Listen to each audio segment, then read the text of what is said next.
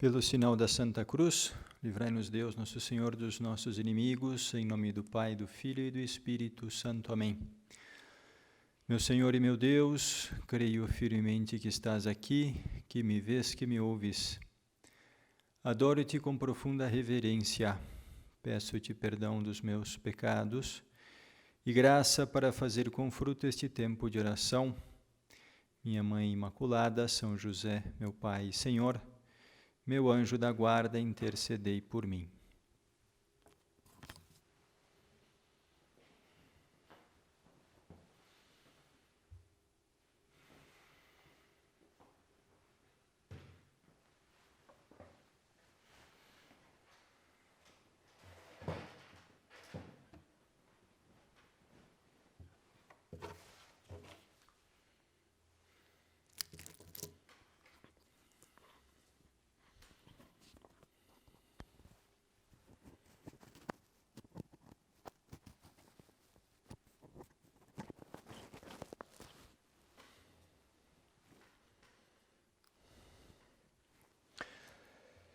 Nós estamos agora no mês de novembro e é um mês que tradicionalmente a Igreja recorda os falecidos, reza por eles. Nós sabemos que muitos daqueles que já passaram por essa vida ainda não chegaram ao céu e precisam da nossa ajuda, da nossa oração, da nossa mortificação, para que possam terminar a sua preparação e, por fim, entrar no paraíso. O livro do Apocalipse, na parte final, quando descreve a Jerusalém Celeste, diz algo muito interessante, diz o seguinte: nela não entrará nada de profano, nem ninguém que pratique abominações e mentiras. Essa passagem nos dá a entender exatamente que no céu tudo vai ser puro, tudo vai ser perfeito, sem manchas, sem pecado. E exatamente por isso a gente precisa terminar essa preparação, porque ao longo da nossa vida a gente se esforça por viver a virtude, por lutar, por se aperfeiçoar, mas nós vivemos num mundo imperfeito. E as nossas lutas, as nossas batalhas, o nosso dia a dia muitas vezes vai manchando a nossa alma, vai deixando marcas que precisam ser purificadas, precisam ser limpadas, né?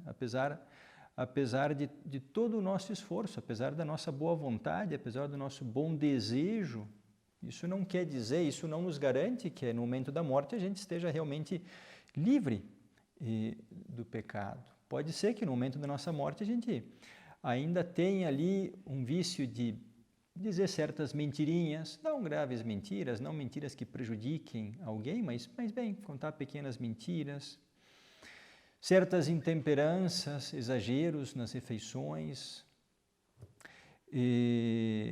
seja na comida, seja na bebida. Pode ser que ainda o egoísmo, a soberba tenham força em nós, nos dominem, a vaidade, o desejo de chamar a atenção, de aparecer, de contar coisas pessoais nossas. Pode ser que ainda tenhamos fraqueza com relação ao tema da preguiça, a preguiça ainda nos domina, as impaciências, a sensualidade. O nosso coração ainda pode estar um tanto quanto apegado aos nossos bens materiais, o carro, a casa, o celular, o que for. E claro, tudo isso são manchas na nossa alma, tudo isso são perfeições, tudo isso são colocar mais o coração na criatura do que no Criador, e antes de entrar no céu a gente vai precisar de uma purificação, né? A gente não vai poder chegar no céu ainda com sobras de impaciência. Já pensou na fila para entrar no céu, começar a discutir porque a fila está andando devagar? Ou com certas intemperanças, né? Falam que é a ceia da vida eterna, e o sujeito chega lá na ceia da vida eterna e já manda bala lá no chocolate, no docinho, exagera na bebida, como o cara chega dando vexame no céu, não pode chegar lá com manchas de intemperança. E assim por diante. Por isso que, se no momento da morte a gente ainda não está pronto, tudo bem, morremos em estado de graça, né? Sem termos rompido a amizade com Deus por causa do pecado grave, mas ainda os pecados leves deixaram manchas na alma. Então a gente vai passar pelo purgatório para purificar, para corrigir aquilo que ainda precisa ser limpo, ser corrigido na nossa alma. E é exatamente por isso que nesse mês de novembro, mês dos defuntos, a igreja faz oração por eles, oferece mortificações, indulgências. E nós que ainda estamos caminhando nessa vida, a pessoa quando entra no purgatório, uma vez que está ali, ela já não pode fazer nada por si mesma. Ela vai padecer o tempo que tiver que padecer e nada do que ela faça vai aumentar ou diminuir a sua situação. Mas nós aqui nessa vida, sim, nós podemos, nós estamos no tempo e é no tempo onde pode haver o mérito. Então, nós aqui podemos merecer por aquelas almas que estão lá. E é por isso que a igreja nos convida nesse mês a oferecermos sufrágios. Merecer, através da nossa oração, através das indulgências que eventualmente a gente pode conseguir. O Papa Francisco, ao longo de todo esse mês, em razão da pandemia, para evitar aglomerações, normalmente é do dia 1 ao 8, mas por causa da pandemia, todo mês, se a gente fizer uma visita a um cemitério, rezar pelos defuntos, e além disso comungar, fizer a confissão, rezar pela pessoa em intenções do Papa, e fomentar em nós a aversão total ao pecado, a gente pode lucrar indulgências para as almas do purgatório, não para nós, mas para as almas do purgatório. Então a gente pode conseguir ajudar essas almas a ir direto para o céu. É bom que a gente faça isso, é bom recordarmos isso. Além disso, exatamente porque no mês de novembro a gente medita nos fiéis defuntos, também é uma boa oportunidade para nós meditarmos sobre a nossa própria vida, sobre a nossa própria morte, que faz parte da nossa vida, é um elemento, né? É o último elemento, mas como as coisas terminam é algo fundamental, né? Por isso, não faria sentido, não seria bom a gente viver a vida como se jamais fôssemos morrer. Não seria bom vivermos a vida como se a morte não fizesse parte. Não seria bom viver a vida sem ter presente que um dia a gente vai sair daqui. Nós não estamos aqui para sempre. E não podemos, nem devemos nos instalar. Ao contrário, faz parte o fim da vida. E a gente sabe que no momento em que chegar o fim, a primeira coisa que vai acontecer é um encontro com o nosso Senhor Jesus Cristo. A gente morre e imediatamente após vem o juízo.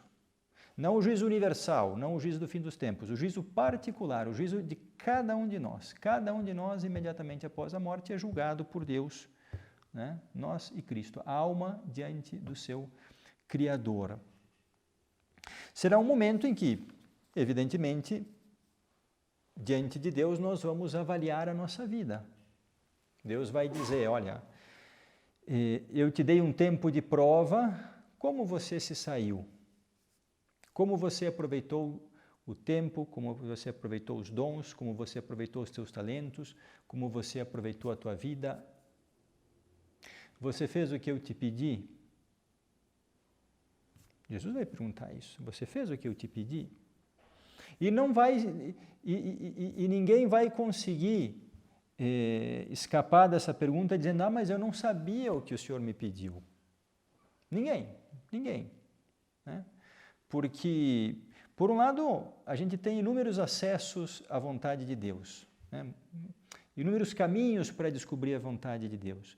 E mesmo que nós fôssemos um chinês lá no interior da China e que jamais ouviu falar de Jesus, ainda assim Deus tem uma voz dentro de nós, a voz da nossa consciência, que nos orienta e que nos ajuda a distinguir o bem do mal. Então ninguém vai poder dizer, não, eu não sabia o que Deus esperava, o que Deus queria. Deus quer de nós que a gente trilhe o bom caminho. Por isso, Por isso é importante a gente, desde já meditar como estamos conduzindo, como estamos vivendo a nossa vida. Porque um dia teremos de prestar contas, um dia Deus vai nos questionar. E agora é o momento de corrigir. Naquele momento já não adianta mais nada. Não adianta a gente dizer, puxa vida, por que eu não dei bola, por que eu não me empenhei, por que eu não me esforcei? Naquele momento esquece. O que foi, foi, o que não foi, não foi. Não tem mais. Mas agora tem. Agora é o momento. Se nós vemos que tem algo errado na minha vida, se tem algo que eu preciso corrigir, se tem algo que eu não estou fazendo, eu preciso fazer. Vamos fazer agora. Né? Vamos fazer agora. Jesus, ele nos alerta.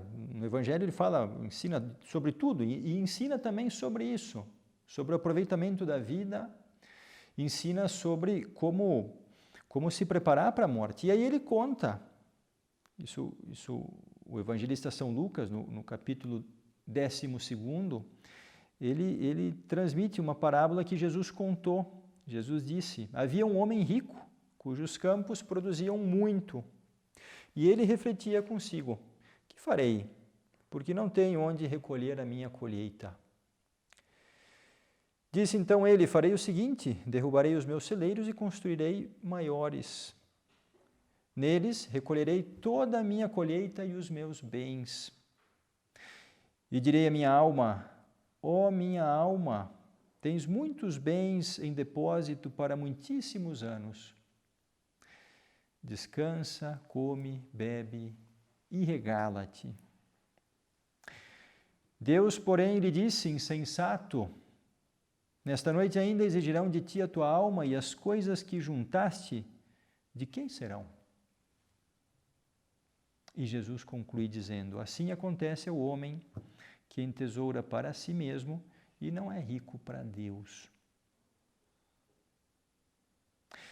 Jesus conta aqui no fundo a história de um homem rico, um homem que o problema dele era não como sobreviver, mas como guardar as minhas riquezas. Eu tenho tanta riqueza que eu não sei o que fazer. Aí ele desmancha os celeiros, faz uns maiores, e aí chega um momento que muita gente sonha, diz, olha, não preciso mais trabalhar, né? Acumulei riqueza para muitos anos e agora eu vou desfrutar da vida, vou aproveitar tudo aquilo de bom e de melhor que a vida pode oferecer. E aquele homem disse para si mesmo, descansa, come, bebe, regala-te, festeja, celebra os bons anos da tua vida. Né? Não é por acaso que Jesus conta essa história, porque no fundo, infelizmente, esse é o ideal, o pequeno ideal, o mesquinho ideal de muitas pessoas. Muitas pessoas. Muita gente gostaria simplesmente disso, acumular riqueza, não precisar mais trabalhar e passar o resto da vida aproveitando viagens, férias, cruzeiro, bons restaurantes, praticar os hobbies que gosta e assim por diante. Né? Uma visão materialista, uma visão consumista, uma visão egoísta da vida, né? Epicurista, a busca do prazer, infelizmente acaba sendo o desejo de muitas almas que acabam conseguindo com isso empequenecer a sua alma.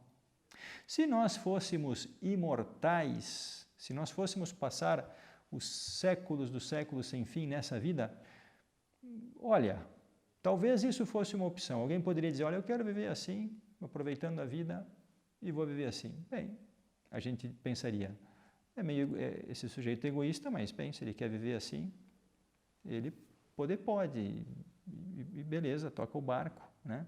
Mas o problema dessa postura é que essa vida tem um fim, é que ele não vai viver assim para sempre, e quando chegar o momento de prestar contas a Deus, ele não vai ter o que oferecer, porque viveu uma vida onde não acumulou riqueza para Deus, viveu para si, não viveu para os outros, não acumulou nada, não fez nada de útil, né? O que ele vai oferecer para Deus no momento da sua morte? No momento da morte, de fato, se a gente se coloca, se a gente imagina, e às vezes é bom fazer isso, né? Imaginar, puxa vida, se eu estivesse no último dia da minha vida, que coisas eu pensaria?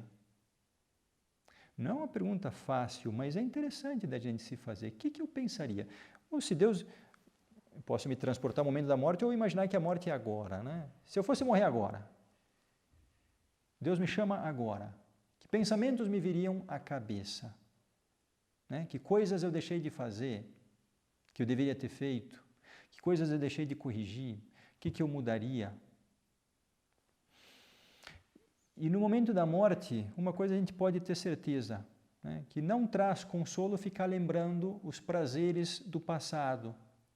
Ficar lembrando, puxa, eu vou morrer, mas bem, eu fiz as minhas pescarias, fiz as minhas viagens, eu me diverti, fiz muitos gols. Tudo bem, foi tudo muito bom, muito ótimo, mas essas coisas passaram, acabaram. Hoje por hoje, no momento da morte, não traz consolo. O que consola? A gente pode encontrar consolo no momento da morte? Pode, pode. Quais são as coisas que eventualmente trazem consolo para nós? Bom, pois olha, pensar nas nossas boas obras. Pensar no bem que a gente fez. Pensar em como a gente tratou bem, primeiro aqueles que estão mais próximos, a esposa, os filhos, os irmãos, os pais, os conhecidos, os colegas. Pensar que a gente foi uma pessoa honesta. Pensar que às vezes, olha, puxa vida, foi duro, foi difícil, eu tive que batalhar, tive que suar, foi difícil, mas eu fiz o que era o certo. Né? Fui reto, fui íntegro, combati o bom combate, terminei a minha carreira, guardei, preservei, mantive a fé, não me corrompi, não me entreguei, não desisti, não desanimei. Por isso, no momento da morte, produz tristeza pensar naquilo que a gente perdeu e ficou sem valor, mas produz consolo pensar nos bens que a gente produziu à nossa volta e que de alguma forma a gente vai recuperar no momento em que a gente encontrar Deus. Numa outra passagem, Jesus pergunta: de que aproveitará o homem ganhar o mundo inteiro se vier a perder a sua vida? Uma pergunta profunda. De que adianta? De que adianta ganhar o mundo inteiro? De que adianta eu ser presidente? De que adianta eu ser rico? De que adianta eu ser famoso? De que adianta eu brilhar? De que adianta, seja lá o que for, se eu perder a minha alma? Né? Eu me corrompi para alcançar coisas grandes. De que serve? Jesus pergunta, né? De que adianta o homem vir ganhar o mundo inteiro?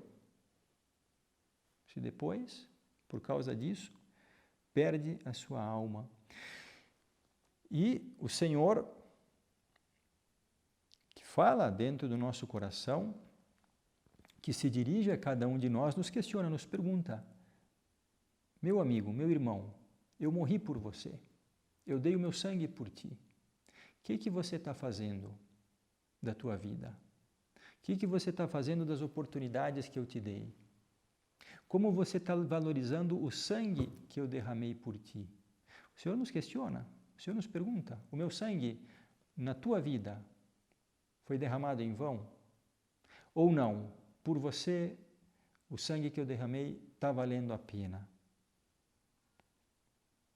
Essa pergunta é importante que nós nos façamos, né?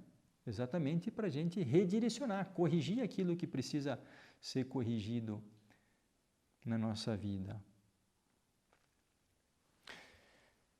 E Jesus também diz o seguinte: não ajunteis para vós tesouros na terra, onde a ferrugem e as traças corroem, onde os ladrões furtam e roubam. Ajuntai para vós tesouros no céu, onde não os consomem nem as traças, nem a ferrugem, e os ladrões não furtam nem roubam. Juntai para vós tesouros nos céus. Esse é o convite que o Senhor faz. A nossa vida, no fundo, deveria ser isso. Ir acumulando bens, mas não bens aqui, né? Não bens materiais, não coisas perecíveis que se perdem, que passam, mas acumular aqueles bens que duram pelos séculos dos séculos sem fins, né? Jesus se refere ao tesouro das nossas boas obras, Como diz São Paulo na sua carta aos Gálatas, enquanto temos tempo, façamos o bem a todos. Enquanto temos tempo, façamos o bem a todos. Esse é o nosso tesouro. Isso é o que vai nos acumular de riquezas no céu. Agora, portanto, é um momento de trabalhar, de lutar, batalhar por Deus, pelas almas, pela salvação das almas, pela nossa própria salvação. Não é o momento de desfrutar, não é o momento de esquecer tudo e dizer, não, eu vou aqui me deleitar. Não é para isso que nós estamos aqui, não é isso que Deus espera de nós, não é isso o que Deus nos pede. Esse é o momento de lutar, de batalhar, de se sacrificar. Portanto, a nossa vida não é um fim em si mesmo. O fim dessa vida não está aqui. O fim dessa vida está depois, no além. Então, nós devemos viver essa vida com um olho posto aqui, certamente. A gente está nesse mundo e aqui deve viver. Mas um olho posto aqui e o outro lá. Porque tem um depois. E a gente não pode perder de vista o depois. Se nós tivéssemos os dois olhos postos aqui e esquecêssemos o depois, erraríamos. Mas também erraríamos se só tivéssemos olhos postos lá e aqui não nos preocupássemos. Nos esquecêssemos da cidade dos homens, para usar uma expressão de Santo Agostinho. Se nós nos esquecêssemos dos nossos compromissos, dos nossos deveres relacionados a esta vida. Não, a gente tem que ter os olhos postos aqui, a gente tem que trabalhar para fazer o bem à nossa volta. Então, um olho posto na eternidade e o outro olho posto aqui. Agora, embora a nossa vida seja um tempo de luta, de sacrifício, de tomar a cruz sobre os ombros, como Jesus nos diz, né? Se alguém quer vir após mim, negue-se a si mesmo, tome a sua cruz e me siga. Então, estamos nós aqui carregando a cruz. O cristão é isso, é aquele que toma a sua cruz e vai seguindo a Cristo. Mas alguém poderia pensar erroneamente, bem, então nada de desfrutar, nada de prazer, nada de alegria. Essa vida é uma vida de sofrimento, essa é uma vida portanto, de tristeza, de andar meio acabrunhado, de andar meio tristonho, desanimado. O cristão não é alguém alegre. A gente poderia pensar. Grande erro. Se eventualmente nos viesse essa ideia à cabeça, estamos muito errados. Porque a alegria é compatível com o sacrifício. Ao contrário, quantas vezes a gente sente uma imensa satisfação por nos termos sacrificado por algo que a gente percebe como sendo bom. E a gente sai feliz. A gente sai feliz, às vezes, de ter realizado um trabalho custoso, mas que valeu a pena e que foi bem feito e que foi por bem dos outros e que a gente sabe que agradou a Deus. Então, o sacrifício não é incompatível com a alegria. Ao contrário. São José Maria dizia, a nossa alegria tem as suas raízes em forma de cruz. Ou seja, a nossa alegria está profundamente vinculada ao sacrifício. E é possível encontrar, não porque sejamos masoquistas, né?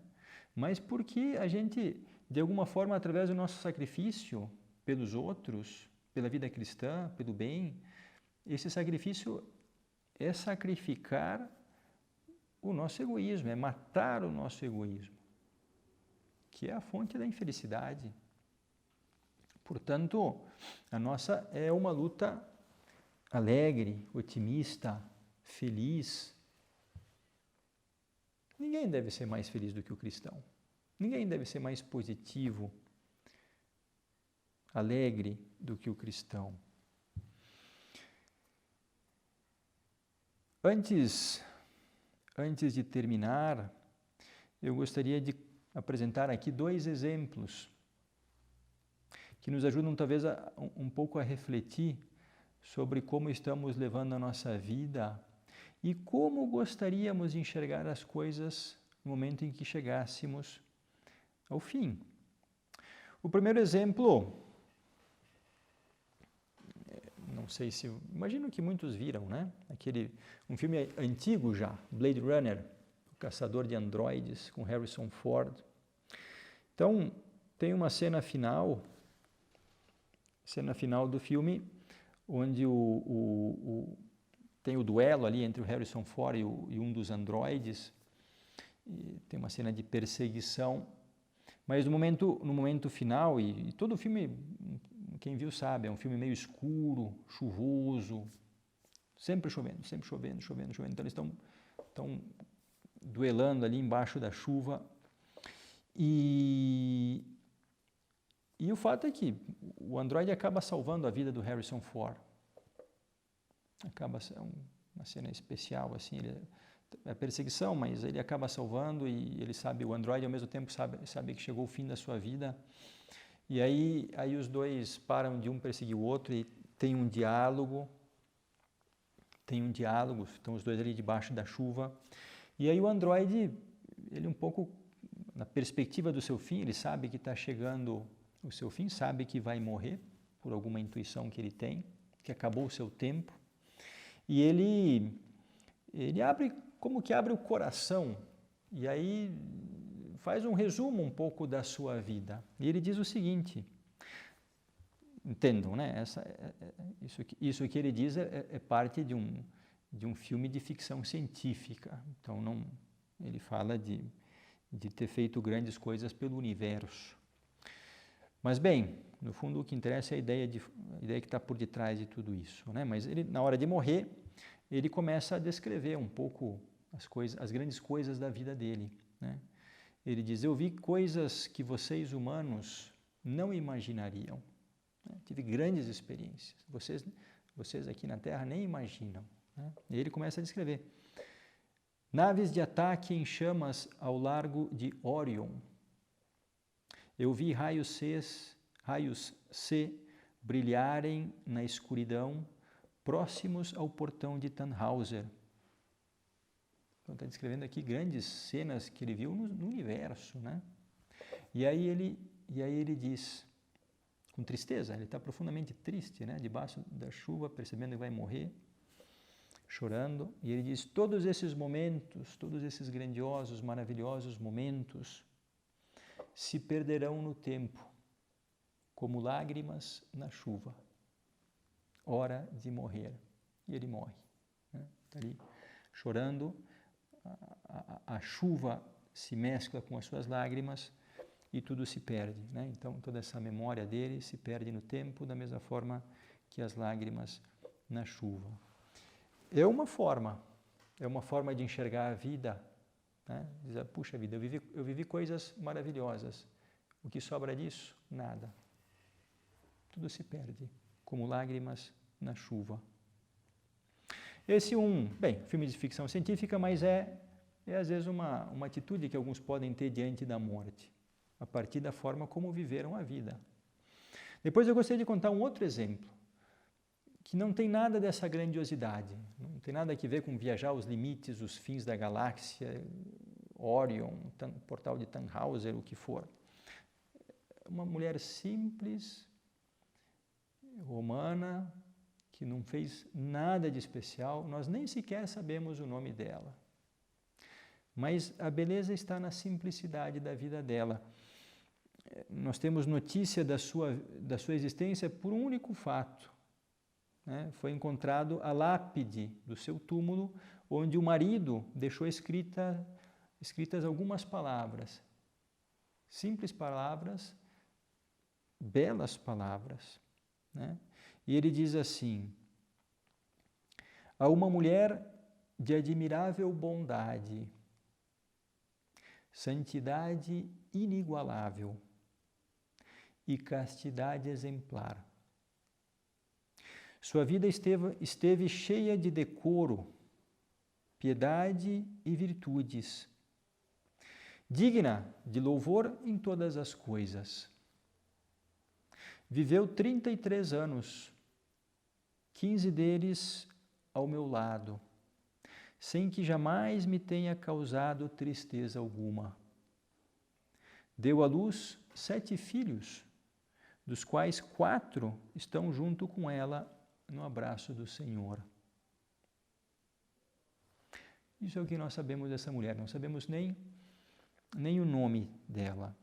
Mas que bonito, né? Acho que eu não falei, mas essa lápide foi encontrada nas catacumbas de Roma. Que bonito pensar isso, né? Aquele caso ali o outro caso do androide, no fundo ele está falando do que ficou para trás, que foi maravilhoso, mas que tudo se perde. Aqui está falando não das experiências vividas, mas da virtude construída, das boas obras feitas, daquilo que se deixa, daquilo que se viveu não para si, mas daquilo que se viveu para os outros, e que exatamente por isso, na simplicidade, está a beleza da sua vida, e agora ela está junto com 4 dos seus 7 filhos, junto no abraço do Senhor. Bonito pensar assim, bonito ver as coisas dessa forma. E aí estão, de uma forma um pouco simples, 2 modelos de vida. Uma vida que se vive para realizar grandes coisas, mas que no fim não sobra nada.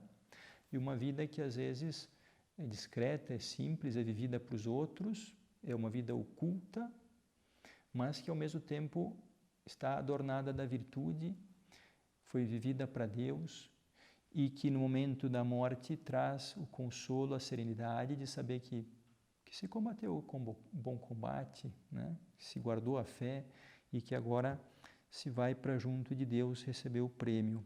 Vamos pedir a Nossa Senhora que ela nos guie sempre, ao longo de toda a nossa vida, no caminho do bem, de tal forma que também nós, quando chegar ao fim da nossa existência, possamos ir serenos e tranquilos rumo ao encontro do Senhor.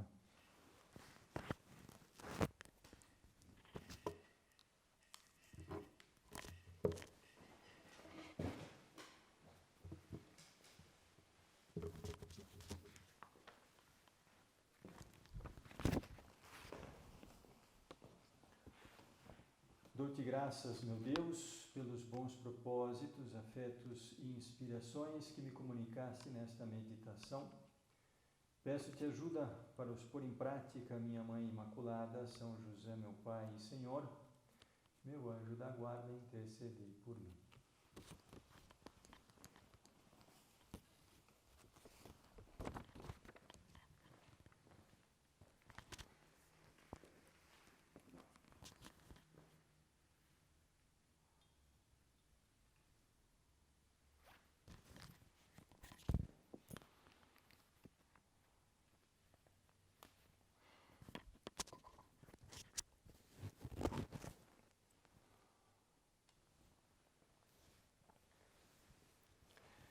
Exame. Ato de presença de Deus.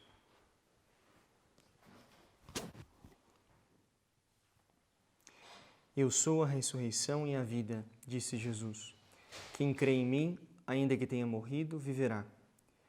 Medito frequentemente sobre a vida eterna, a realidade incontornável da morte e do juízo de Deus, o purgatório, o céu e o inferno. Faço animado pela esperança de que Cristo nos dá a salvação.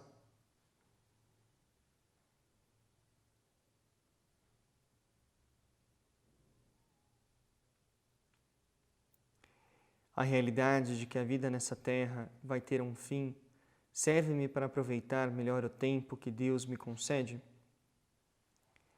Tenho presente que um dia terei de prestar as contas a Deus do modo como empreguei os talentos que Ele me deu.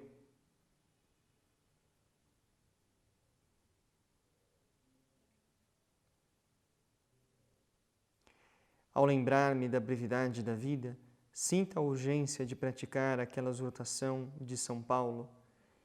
Enquanto temos tempo, façamos o bem a todos os homens, mas particularmente aos irmãos na fé.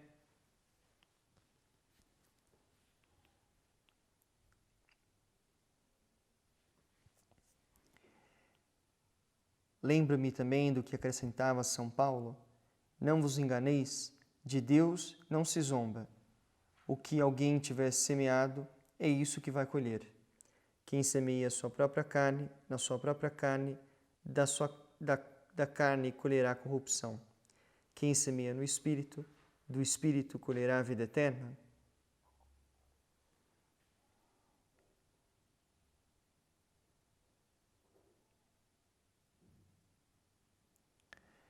A consideração de que um dia toda a minha vida estará patente aos olhos de Deus ajuda-me a lembrar de que também agora Deus me vê. Essa consequência de que Ele penetra com seu olhar o fundo da minha alma move-me a agir em tudo com pureza de intenção, com sinceridade íntima.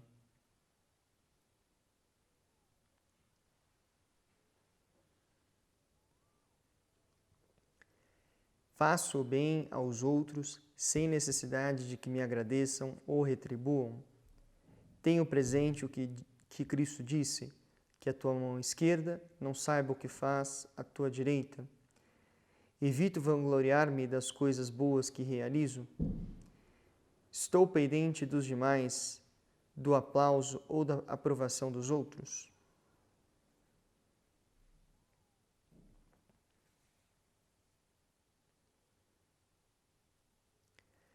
A pessoa reta age por motivos nobres, e não por interesses mesquinhos, por egoísmo ou vaidade.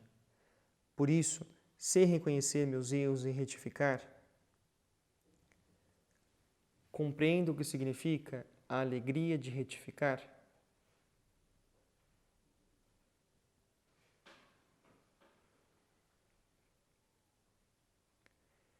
Pratico a retidão de intenção no trabalho, acabando com a maior perfeição possível as tarefas, de modo que sejam dignas de serem oferecidas a Deus. Estou disponível para escutar com calma a minha esposa e os meus filhos. Tenho a preocupação de conhecê-los melhor, de descobrir quais são as suas deficiências e necessidades espirituais, para assim poder ajudá-los, a cada um, a aprender a importância dos valores e das virtudes cristãs.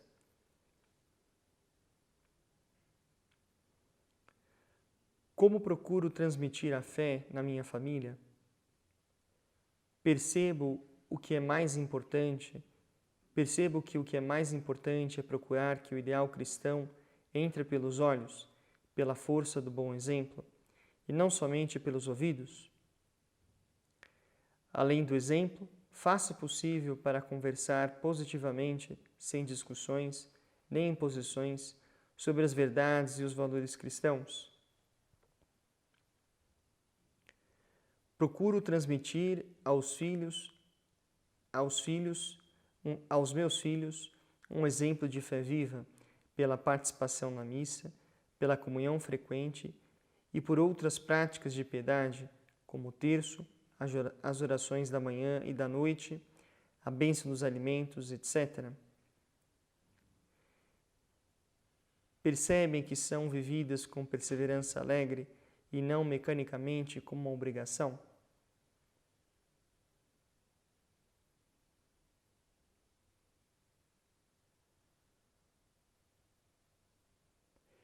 Ato de contrição.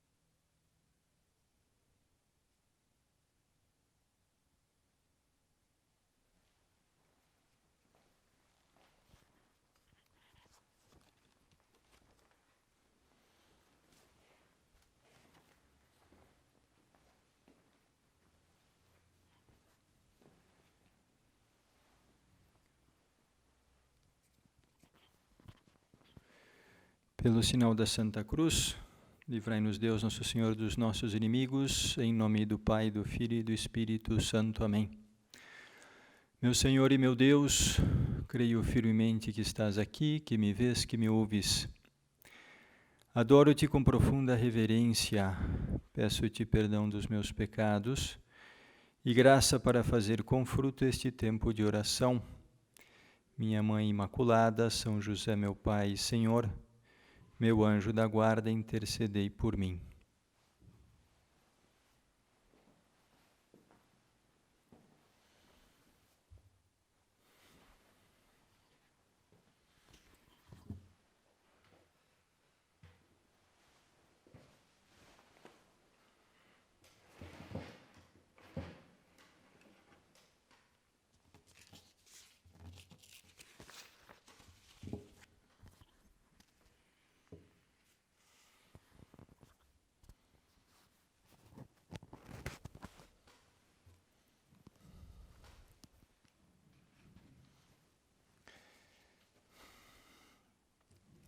Vamos agora, nesta segunda meditação, abordar um pouquinho o tema da retidão de intenção. Tema bastante importante. Basta dizer que o próprio Cristo nos Evangelhos falou muito disso. Falou muito da retidão de intenção. Mas antes de entrar propriamente naquilo que Jesus falou a respeito da retidão de intenção, eu gostaria de entrar um pouco para que a gente entenda, né? O que compõe, o que vai determinar se um ato nosso ele é bom ou mau. Se nós vamos ao Catecismo da Igreja Católica, e aqui eu faço um parênteses, o Catecismo da Igreja Católica é um baita livro, né? Seria bom se todos nós tivéssemos o nosso catecismo em casa como um livro de consulta. O que a igreja diz sobre isso? O que a igreja diz sobre aquilo? Ali está a doutrina da igreja, pura, perfeita, íntegra. A base. Então, a religião não é feita de achismos. Eu acho que é assim, eu acho que é assado. Como se tivesse um repórter perguntar, o que você acha a respeito disso na igreja? Diz, não é questão do que eu acho, é questão do que é. Então vamos consultar o catecismo. O que diz, o que ensina o catecismo? E o catecismo, além de tudo, é uma grande obra, foi muito bem escrito, está muito bem elaborado. Por isso, é um bom livro de consulta sobre os mais diversos temas. Os sacramentos, o dogma, a moral, a oração. E se nós vamos lá no Catecismo, no ponto 1750, a gente vai ver que o Catecismo diz que são três os elementos que vão formar a moralidade, a bondade ou maldade dos nossos atos.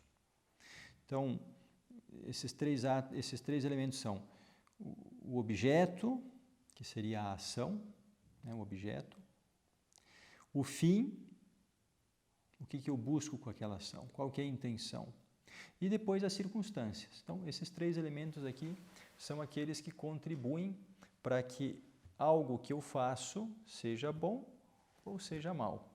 Isso é o que vai determinar. No fundo aqui, o objeto escolhido é a ação.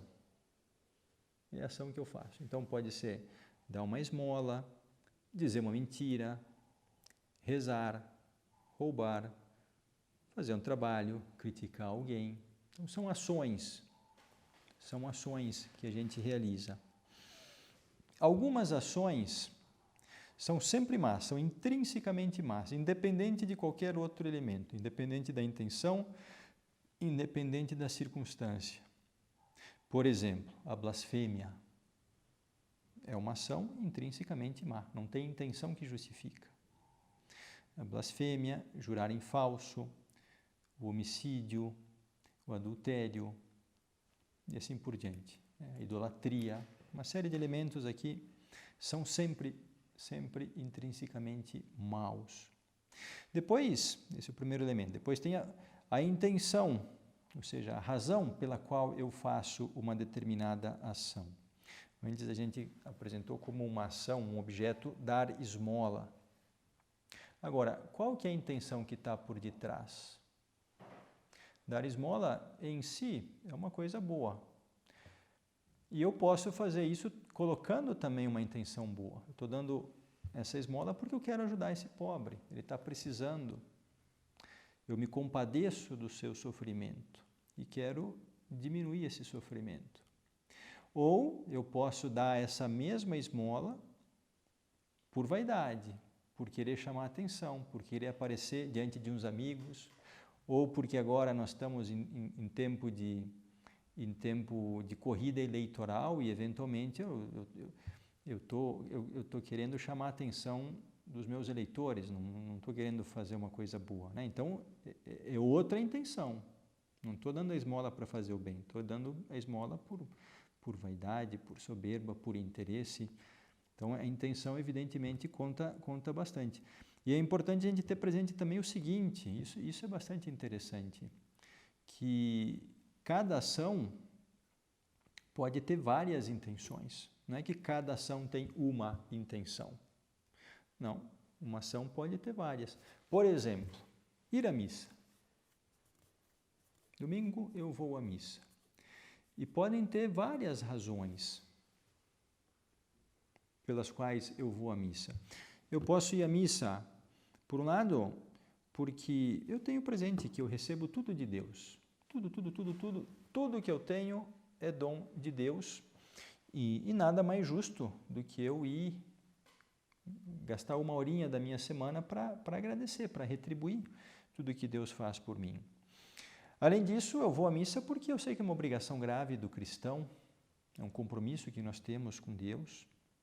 Além disso, eu vou à missa porque eu me sinto bem, eu gosto, me ajuda, fortalece a minha fé, gosto, preciso da comunhão.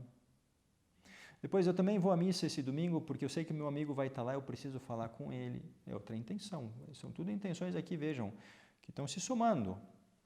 São tudo razões para eu ir na missa. Eu vou na missa porque eu quero levar os filhos, porque eu quero educar eles na fé. Eu vou à missa porque senão a esposa vai me puxar a orelha, que eu não estou indo na missa. Então, para evitar isso, eu vou na missa. E assim por diante. Eu vou na missa porque eu quero ganhar indulgência, e para ganhar indulgência eu preciso da comunhão, né?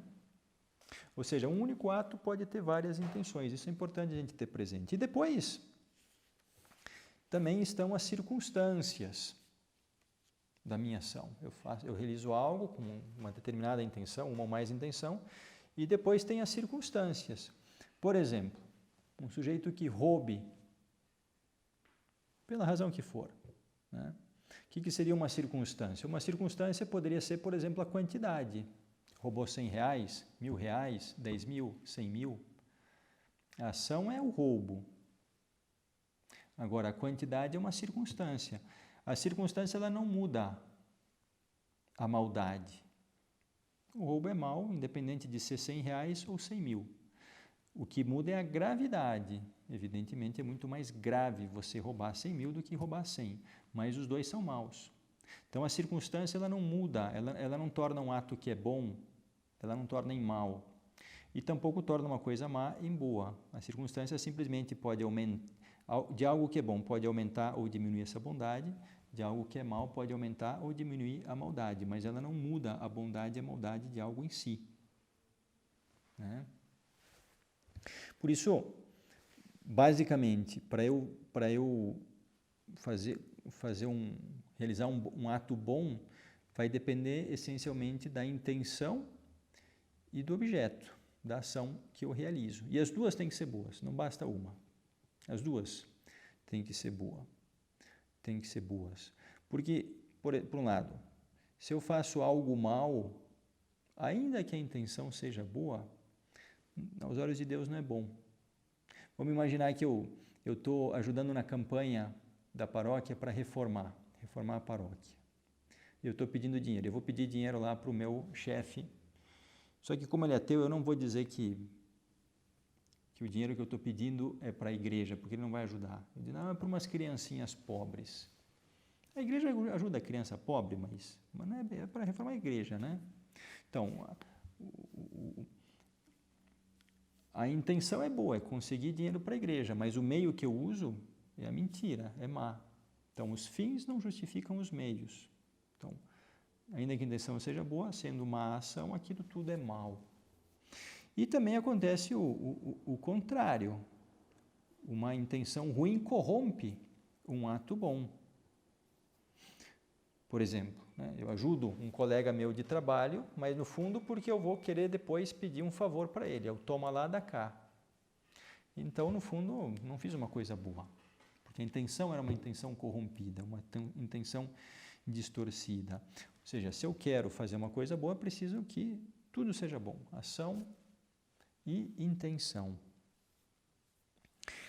Muito bem, isso ajuda um pouco a gente a contextualizar, perceber sobre que base a gente está se movendo. É um pouco a introdução da nossa meditação, que trata exatamente da retidão de intenção. E, como eu disse também ao princípio, Jesus tratou muito desse tema. Jesus deu muita importância à retidão de intenção. E, em concreto, se a gente vai aos evangelhos, a gente percebe que várias vezes Jesus criticou duramente escribas, fariseus, saduceus, doutores da lei, que eram os homens mais religiosos, os homens mais dedicados às coisas de Deus em todo Israel. E, portanto, deviam ser aqueles que melhor viviam, aqueles que melhor cumpriam a lei de Deus, porque eram homens que se dedicavam a isso. Só que o que a gente vê não é essa atitude, né? Jesus, ao contrário, critica muito a falta de retidão deles, a falta de retidão, né? As razões dos choques, quem lê o Evangelho sabe, Jesus tem muitos choques com os fariseus. Aliás, isso depois está relacionado à sua condenação. Quais eram os choques? Pois olha, Jesus, em boa parte, criticava a falta de retidão de intenção. No capítulo 23 do Evangelho de São Mateus, Jesus diz palavras muito duras, muito duras. Jesus diz assim: os escribas e os fariseus sentaram-se na cadeira de Moisés. Moisés, que é o grande profeta, é aquele que viu Deus face a face, aquele que desceu da montanha e trouxe a lei. Então, é a grande autoridade de Israel desde o ponto de vista religioso. Moisés, o povo considerava que ele tinha escrito, o Pentateuco, a Torá, o cerne da Bíblia. Então, os escribas e os fariseus sentaram-se na cadeira de Moisés, ou seja, eles assumiram as funções que Moisés anteriormente já tinha desempenhado. E Jesus diz, eles sentaram. Observai e fazei, portanto, tudo o que eles dizem e fazem. Desculpem, tudo o que eles dizem, mas não façais como eles, pois dizem e não fazem. Então, o que eles dizem, segue, porque eles sentaram na cadeira de Moisés. Mas não façam como eles, porque dizem, mas não fazem. Existe algo pior que você pode dizer de alguém que está posto diante do povo para formar o povo, para orientar o povo? Diz, olha, o que ele está falando pode seguir, porque ele fala da parte de Deus, mas não imita o exemplo dele porque ele não vive o que prega. É a pior coisa que você pode dizer de alguém que está ali para exercer essa função. E aí Jesus diz o porquê. Por que não é para imitar eles? Ele diz, fazem todas as suas ações para serem vistos pelos homens. Qual que é a intenção? Ser vistos. É vaidade. Não é fazer o bem pelo bem, é aparecer. Fazem todas as suas ações para serem vistos pelos homens. Por isso, trazem largas faixas e longas franjas em seus mantos. Gostam dos primeiros lugares nos banquetes e das primeiras cadeiras nas sinagogas, gostam de ser saudados nas praças públicas e de ser chamados de rabi, mestre, pelos homens. Ou seja, Jesus aqui, ele enumera várias atitudes. Jesus, como bom observador e como bom conhecedor das coisas, Jesus diz, olha, os fariseus e os saduceus, eles fazem isso, e fazem isso, e fazem isso. Se a gente começa a olhar as ações que Jesus está enumerando, nenhuma delas é má em si. Das coisas que Jesus apresenta, nenhuma delas é má. Vocês veem alguma maldade em si pelo fato de ter longas franjas nos mantos? Digo, isso é mal? Qual que é o problema, né? Isso em si é neutro, não é nem bom nem mal. É mal sentar no primeiro lugar num banquete? Olha, alguém tem que sentar. Alguém tem que sentar. E não tem problema nenhum. Sentar na frente, sentar atrás.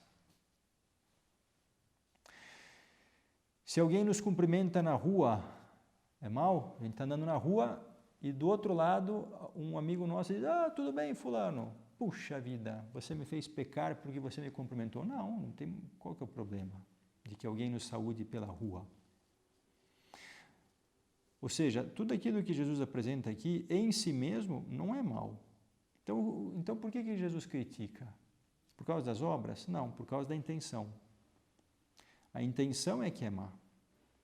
Por isso que Jesus, antes de anunciar as obras, ele diz, fazem todas as suas obras para serem vistos. Então, o que eles querem é aparecer, é a soberba, é a vaidade, é o desejo de brilhar.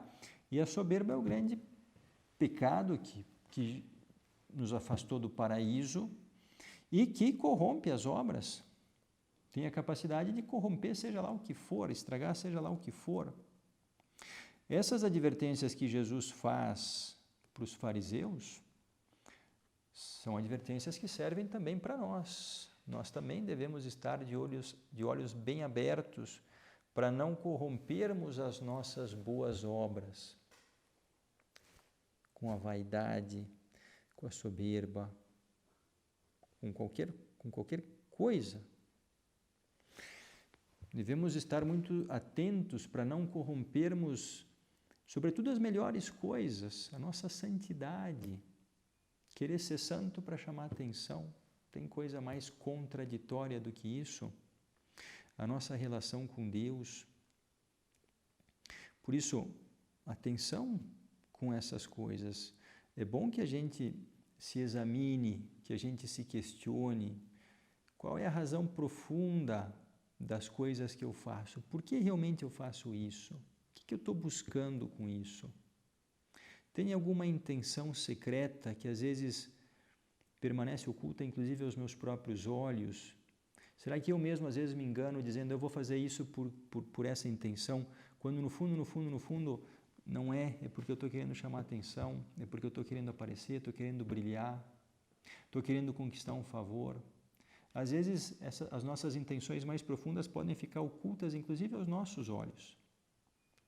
Porque a gente não se esforça por penetrar, a gente poderia, mas a gente não penetra tanto, por medo, por receio, de ter que corrigir, de ter que dizer, opa, tem uma intenção ruim, vou ter que mudar esse negócio. Não pensa, faz e se engana. Isso pode acontecer. Por isso, e aí corrompe as obras, elas perdem o valor.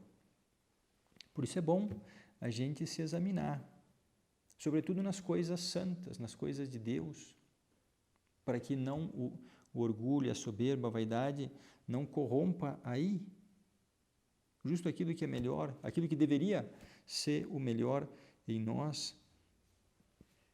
Todo o tema também das comparações, o ser humano às vezes é bastante competitivo e fica se comparando com os outros. E aí surge o desejo de querer brilhar mais, de querer ser mais reconhecido, mais amado, mais querido. Tudo isso vai corrompendo a nossa intenção.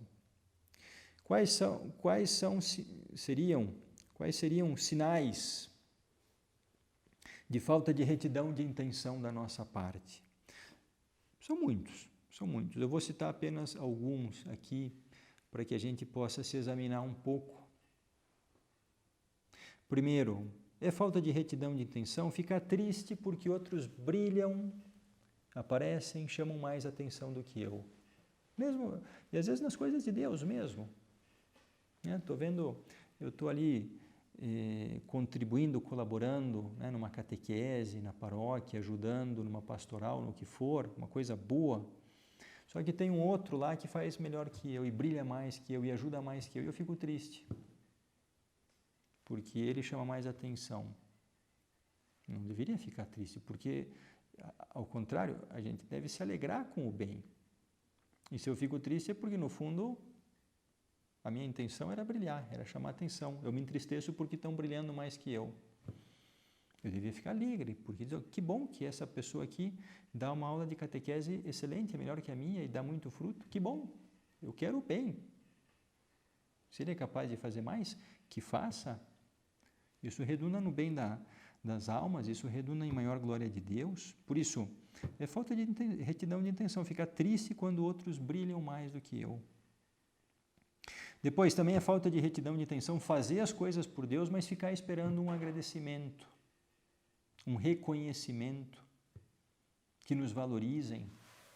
Por que eu estou fazendo as coisas? Estou fazendo por Deus ou para que venham me dizer que bem que você faz isso, muito obrigado, que maravilha, sempre que você está aqui as coisas funcionam.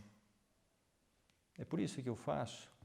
Se eu fico pendente dessas coisas, se vê que eu faço as coisas em parte por isso.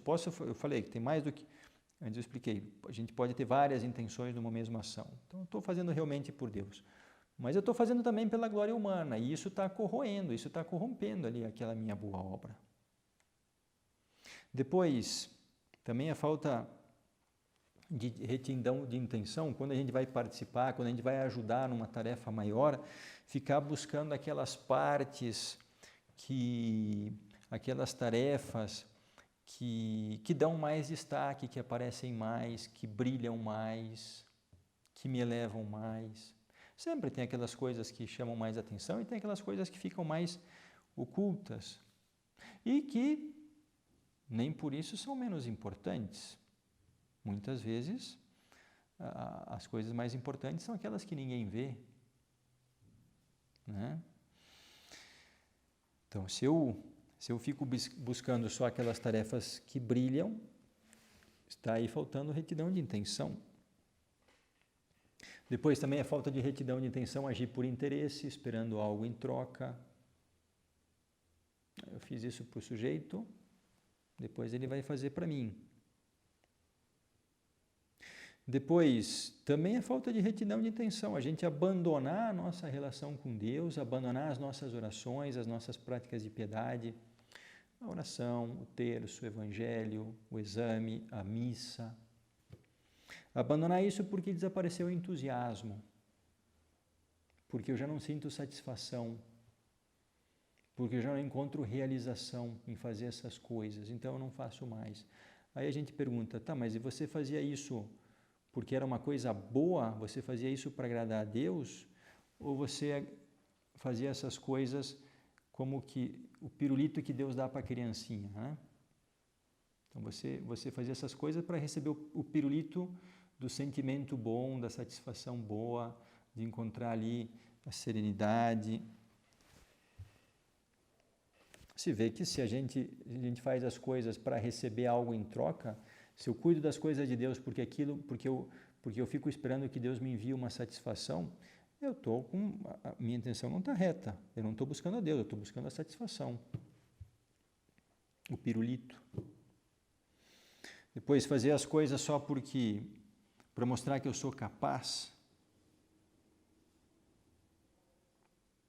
Às vezes acontece isso, né? A gente ficou mal na fotografia, entre aspas. Daí a gente, não, na próxima oportunidade eu vou lá e vou fazer isso aqui, e aí eu vou mostrar que eu sou bom, que eu sou capaz, que eu posso resolver. Porque duvidaram de mim, porque me expuseram ao ridículo, o que for. Então, também é falta de retidão de intenção. Não estou fazendo aquilo para realmente agradar a Deus. Vejam, quando Jesus ressuscitou, Exatamente, ele não teve essa atitude de voltar e dizer, não, agora vai ver, né? Vocês me desprezaram, então toma, né? Estou aqui. Quem disse que eu não ia descer da cruz? Não só desci da cruz, senão que ressuscitei. Jesus não faz essas coisas, Jesus não vem buscar uma desforra, Jesus simplesmente vem, ele volta, ele ressuscita para reforçar, recuperar a fé dos apóstolos que andava frágil, vacilante, vem corrigir o que precisava ser corrigido.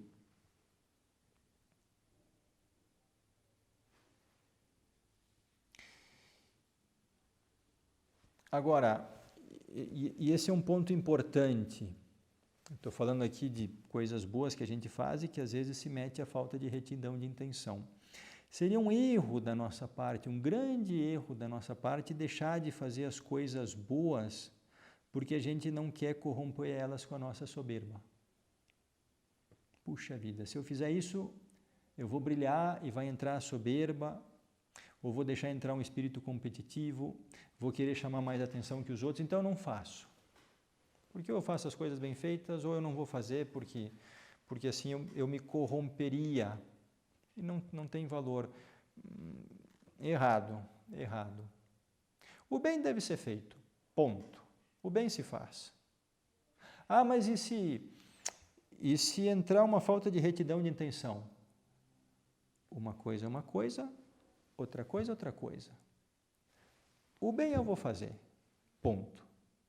Aí entrou a falta de retidão de intenção. Ok, então vamos trabalhar isso aqui. O bem está feito. Não tem o que tocar. A intenção se corrompeu? Vamos corrigir. Vamos retificar. Vamos pedir perdão a Deus. Vamos fazer o que for. Vamos lutar contra a soberba. Vamos fazer atos de humildade. Mas vamos trabalhar na intenção. A ação está feita e é boa. Aqui deixa quieto. A intenção está corrompida, está má? Vamos melhorar isso aqui. Mas nenhum bem deve se deixar de ser feito por medo, por receio de entrar orgulho. Senão ninguém faz nada. Ninguém faz nada. Todos nós somos suscetíveis à soberba, ao orgulho. Todos nós poderíamos dizer, não, eu não vou fazer o bem para não ficar vaidoso. Todo mundo pode dizer isso. E o orgulho tenta se meter em tudo. Agora, lembrem aquilo que eu dizia ao princípio. Uma ação pode ter várias intenções. Então, eu posso fazer uma coisa boa porque tenho uma intenção boa e uma intenção má. Eu faço uma coisa boa porque eu quero fazer o bem, a intenção é boa, mas faço algo bom porque eu quero chamar a atenção também. Então, o que eu faço? Aquilo que está bom eu deixo, a intenção boa está ali, eu corrijo a má, retifico. Retificar a intenção, isso é importante a gente fazer. Dirigir, no fundo, a nossa glória para Deus. Por fim, voltando mais uma vez ao Evangelho, eu falei que Jesus critica muito a atitude dos fariseus, dos doutores da lei, exatamente porque eles se deixam dominar pela soberba, pela vaidade. E vejam, eles se deixam dominar e não lutam contra ela. É diferente de uma pessoa que a soberba vem, mas luta contra. É totalmente diferente. Os fariseus não lutavam, o problema é esse. Eles não lutavam contra a vaidade, ao contrário, eles queriam, né? E botavam lá as faixas no manto para chamar a atenção, queriam ser saudados, queriam ser chamados de mestre, de rabi, e desfrutavam, e se enchiam, né? Ficavam todos emproados ali, de nariz empinado, se sentindo melhores que os outros. Então, eles cultivavam a soberba. É diferente a gente fazer uma boa obra, vem a soberba, puxa vida, eu não queria soberba, deixa eu retificar. É totalmente diferente, né? Então, por um lado, Jesus critica os fariseus, mas por outro lado, Jesus nos dá um maravilhoso exemplo para ser imitado, que é o exemplo das criancinhas. A gente lembra aquele episódio onde os apóstolos não queriam que as criancinhas se aproximassem, porque achavam, bem, elas vão incomodar, não vem, deixa o mestre está cansado. E aí o próprio Jesus se antecipa, vendo o que acontece, ele diz, deixai vir a mim estas criancinhas e não as impeçais, porque o reino dos céus é para aqueles que se lhes assemelham, para quem é parecido com a criancinha. Ou seja, Jesus está propondo as criancinhas como modelo. Olha, para entrar no céu é preciso ser como elas. Elas podem ser modelo em muitas coisas, mas aqui nos interessa, dentro do contexto da nossa meditação, nos interessa considerar que elas são modelo pela sua simplicidade, ou seja, não são duplas, não fazem as coisas com dupla intenção, não, são simples, são sinceras, não tem também os seus problemas, os seus defeitos, mas são muito mais humildes, não escondem os erros. A criancinha quebrou um negócio, diz, puxa mãe, quebrei esse negócio aqui, estragou. Ela conta, né? Não tem intenção de enganar, não sabe mentir, não aparenta. A criancinha é o que é, ela não tenta esconder os seus vícios, os seus defeitos, as suas misérias, as suas pequenezes. Ela vai lá, diante de um problema, de uma dificuldade, de uma limitação, ela vai lá e pede ajuda. Olha, aqui fiz o que não devia, me ajuda. Por isso, Jesus nos coloca as criancinhas como exemplo, e é bom a gente olhar para os fariseus e dizer, olha, longe de mim seguir essa conduta, e por outro lado olhar, por exemplo, das criancinhas, dizer, olha, aqui, ó, esse é o modelo de simplicidade, de humildade que Jesus propõe para nós. Vamos terminar e vamos pedir a Nossa Senhora que nos ajude a dirigir os nossos passos, guiar a nossa intenção sempre para Deus, E que se alguma vez essa intenção se desvirtua, se afasta da meta, vamos pedir a Nossa Senhora também que nos ajude, que nos alerte, né, para que quanto antes a gente corrija e volte a dirigir, retifique a nossa intenção para que esteja sempre apontando para Deus e para as coisas de Deus.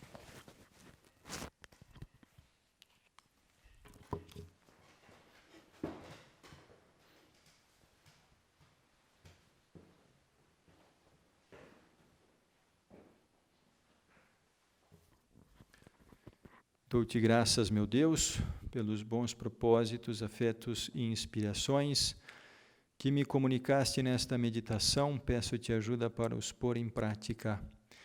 Minha Mãe Imaculada, São José, meu Pai e Senhor, meu anjo da guarda, intercedei por mim.